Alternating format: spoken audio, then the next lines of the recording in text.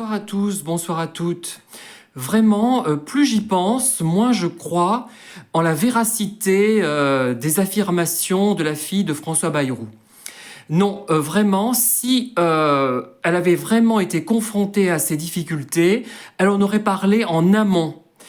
Et je crois quand même que son père en aurait été informé, non pas directement, mais au moins, pas forcément directement du moins, mais au moins par son comportement, le comportement de sa fille, puisque ça a laissé des traces psychologiques forcément.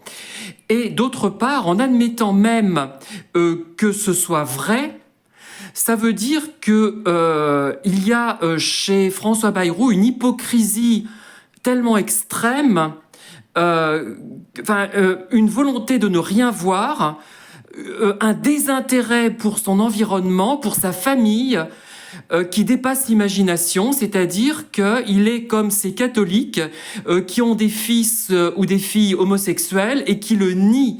Et parfois, ça aboutit au décès de ces personnes.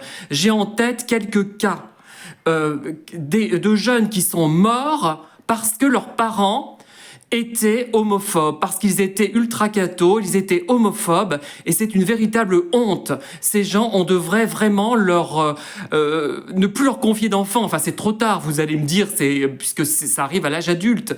Ils sont tellement de la négation des choses, c'est tellement révoltant que vraiment, j'ai vraiment envie d'être écouté, là, et c'est moi qui ai envie d'être écouté, c'est pas la fille de François Bayrou.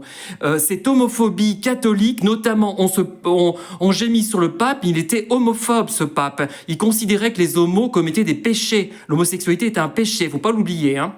Voilà, merci de m'avoir écouté.